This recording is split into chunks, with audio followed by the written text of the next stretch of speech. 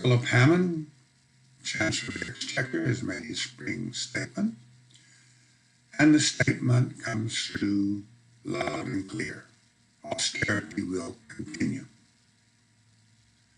How are we to understand the implications of that? My name is John Weeks. I'm an economist. I was at the School of Oriental and African Studies at the University of London. I now coordinate a group called the Progressive Economics Group. The Chancellor claimed to put forward good news. He's doing better on the deficit and on the public debt, he tells us. And he's optimistic that Britain's growth record will be better in practice than projections that had been made in the past. What all of that avoids is any statement, any understanding of the relationship between the budget and the performance of the economy. Of course, austerity is terrible. It involves budget cuts that lead to a large portion of the population living in worse conditions, terrible problems, the National Health Service, of overcrowding, of inadequate staff.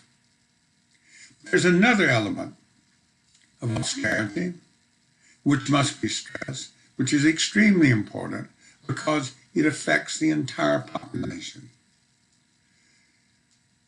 The Chancellor's statement about he was optimistic about growth reflects that he has no understanding, or he does not want us to have any understanding, that there is a relationship between his budget and the growth of the economy. And that relationship is very simple and very straightforward. In the short run, the growth of the economy is determined by how much people, businesses, foreigners, the government buy. How much businesses produce is determined by how much they can sell.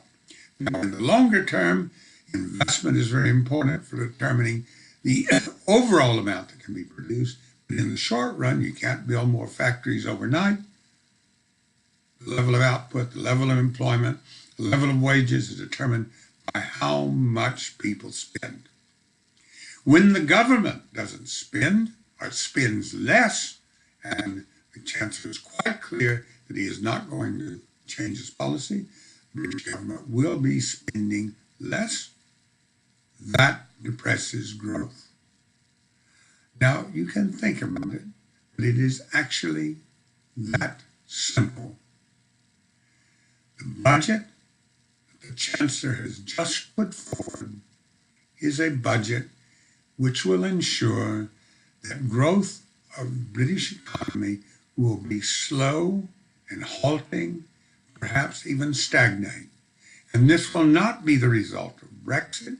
It will be the direct result of the conscious policies of the Chancellor of the Exchequer and of the government itself.